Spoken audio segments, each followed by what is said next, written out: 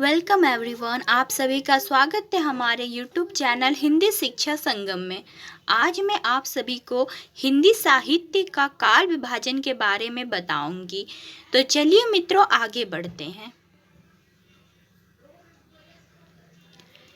ये रहा हमारा चैनल का बैनर। यहाँ से आप हमारे टेलीग्राम ग्रुप को ज्वाइन कर सकते हैं। इसका लिंक नीचे यहाँ पे दिया हुआ है। आप यहाँ से हमारे टेलीग्राम ग्रुप को ज्वाइन कर सकते हैं, जहाँ आपको पीडीएफ नोट्स इत्यादि प्रोवाइड किए जाएंगे। तो चलिए मित्रों, आगे बढ़ते हैं। सबसे पहले जॉर्ज ग्रियर्सन ने अपनी पुस्तक the modern vernacular literature of Hindustan में काल विभाजन किया। उन्होंने हिंदी साहित्य की 11 भागों में विभक्त किया। उन्होंने हिंदी साहित्य को कितना 11 भागों में जॉर्ज ग्रियर्सन ने विभक्त किया है, बांटा है। पहला है चारण काल, जिसकी समय सीमा है 1700 से 1300 ईस्वी तक। दूसरा है 15वीं सदी का धार्मिक पुनर्जागरण। तीसरा है जैसी की प्रेम कहानी या कविता। चौथा है ब्रज का कृष्ण संप्रदाय। पांचवा है मुगल दरबार। छठा तुलसीदास। सातवां रीति काव्य। आठवां तुलसीदास के अन्य प्रवर्तीय। नौवां 18वीं शताब्दी। 10 नंबर है कंपनी के शासनकाल। 11 नंबर महारानी विक्टोरिया के शासनकाल में हिंदुस्तान। तो ये था 11 भाग, जिसे जॉर्ज ग्रियर्सन ने 11 भागों में बांटा है, और इसे हम लोग हिस्ट्री के तौर पे भी जानते हैं। तो आगे देखते हैं। आगे है मिस्र बंधुओं के द्वारा जो काल विभाजन किया गया है, उसके बारे में हम लोग देखेंगे।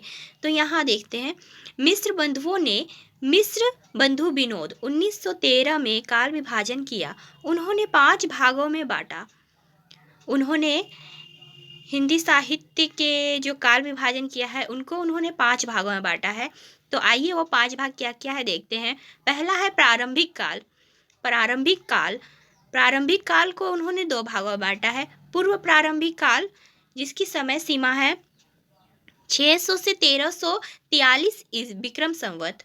दूसरा है उत्तर प्रारंभिक काल, 1344 से 1944 विक्रम संवत। दूसरा है माध्यमिक काल को 2 भागों में बांटा गया है, पूर्व माध्यमिक काल और प्रौढ़ माध्यमिक काल। पूर्व माध्यमिक काल 1445 से 1560 विक्रम संवत। दूसरा है प्रौढ़ माध्यमिक काल की समय सीमा 1561 से 1680 विक्रम संवत।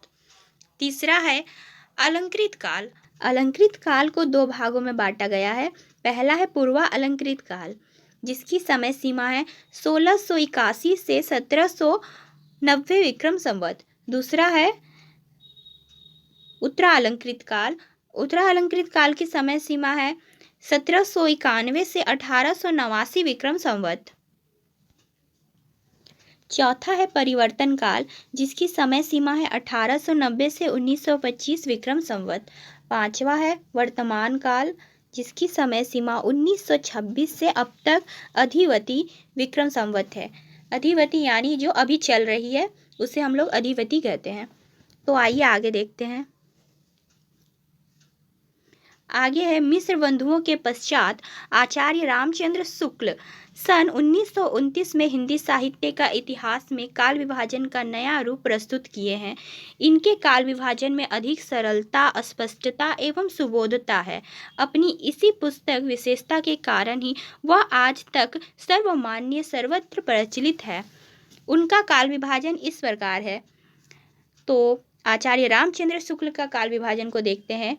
पहला है आदिकाल, जिसे वीरगाथा काल आचार्य रामचंद्र शुक्ल ने कहा है, संवत 1050 से 1375। दूसरा है पूर्व मध्य काल, जिसे भक्ति काल कहा है, संवत 1375 से 1700। तीसरा है उत्तर मध्य काल, जिसे रीति काल कहा है, संवत 1700 से 1900।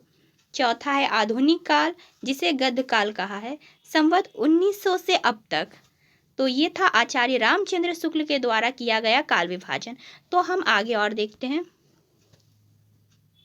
आचार्य रामचंद्र शुक्ल के पश्चात डॉक्टर राम कुमार वर्मा का नाम इस प्रसंग में उल्लेखनीय है, जिन्होंने अपना नया काल विभाजन प्रस्तुत किया, जो इस प्रकार है। संधि काल 1750 से 1000 विक्रम संवत। दूसरा है चारण काल। चारण काल की समय सीमा है 1000 से 1375 विक्रम संवत।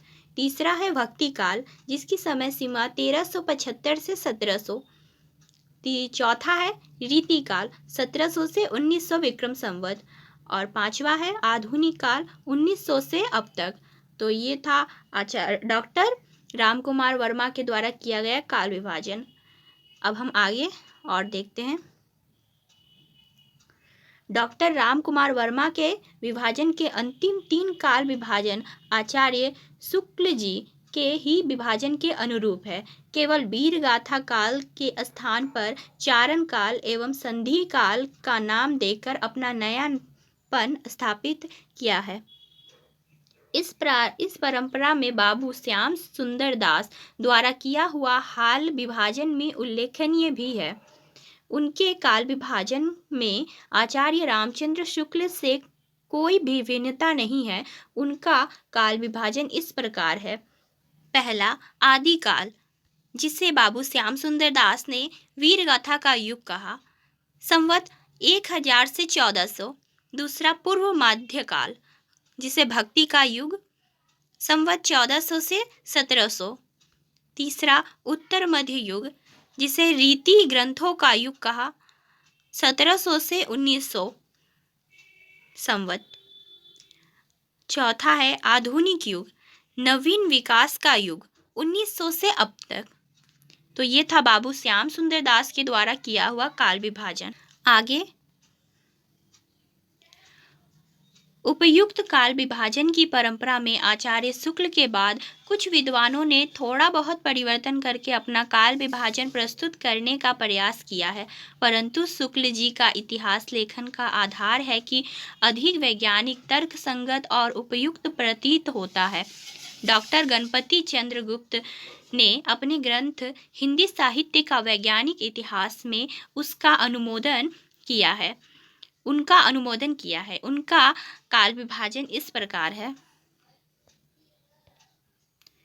पहला प्रारंभिक काल, दूसरा पूर्व मध्य काल, तीसरा उत्तर मध्य काल और चौथा है आधुनिक काल। ये गणपति चंद्रगुप्त के द्वारा किया गया काल विभाजन है। आइए हम आगे और देखते हैं। इस परंपरा में डॉक्टर नगेंद्र का नाम भी उल्लेखनीय है। उन्होंने हिंदी साहित्य का काल विभाजन तथा नामकरण इस प्रकार किया है। पहला आदिकाल 7वीं सदी के मध्य से 14वीं सदी के मध्य तक। दूसरा भक्ति काल 14वीं सदी के मध्य से 17वीं सदी के मध्य तक।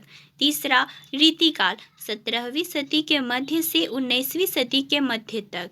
चौथा है आधुनिक काल 19वीं सदी के मध्य से अब तक। आधुनिक काल को 4 भागों में बांटा गया है। पहला पुनर्जागरण काल, जिसे डॉक्टर नगेंद्र ने भारतेंदु काल कहा है। इसकी समय सीमा आप यहाँ देख सकते हैं। दूसरा है जागरण सुधार काल, जिसे डॉक्टर नगेंद्र ने द्विवेदी काल कहा है। समय सीमा यहाँ देख सकते हैं। तीसरा है छायावाद काल। चौथा है छायावादोत्तर काल। छायावादोत्तर काल को डॉक्टर नगेंद्र ने 2 भागों में बांटा है। पहला है प्रगति प्रयोग काल और दूसरा है नवलेखन काल। तो ये था डॉक्टर नगेंद्र के अनुसार हिंदी साहित्य का काल विभाजन। उपयुक्त सभी विद्वानों के काल विभाजन में आचार्य शुक्ल का विभाजन ही सर्वसम्मत एवं उपयुक्त माना गया है। तो ये था हिंदी साहित्य के काल विभाजन पे वीडियो। आशा करती हूँ कि आप सभी को अच्छा लगे। यदि आपको इस वीडियो का PDF चाहिए तो आप नीचे डिस्क्रिप्शन बॉक्स से डाउनलोड कर सकते हैं, वहाँ आपको PDF दिया जाएगा। और ये हमारे यहाँ टेलीग्राम ग्रुप का लिंक दिया हुआ है, आप यहाँ से हमारे टेलीग्राम ग्रुप को ज्वाइन कर सकते हैं, जहाँ आपको शॉर्ट क्वेश्चन और नोट्स वगैरह प्रोवाइड किए जाएंगे।